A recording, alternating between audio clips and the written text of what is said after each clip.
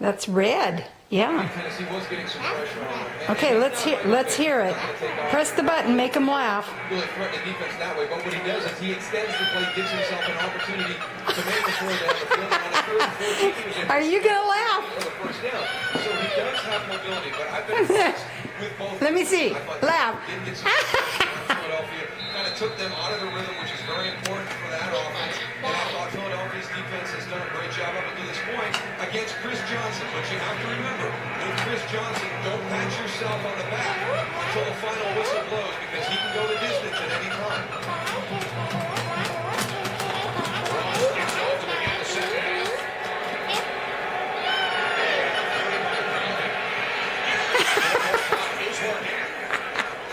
Are you gonna laugh? And rookie Jason Worlds, he had the rush, and he got around Vernon Carey that time and forced Chad Henning to move. Vernon, a couple tough plays. What's your secret cookie code? Huh? Chad Henning. Pretty quick What? coming into this game on third down. Not today.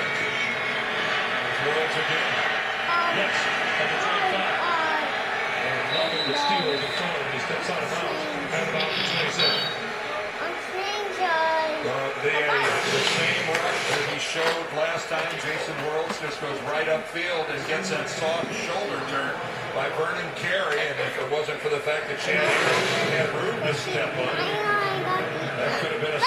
Antoine Randall is deep. Number 82.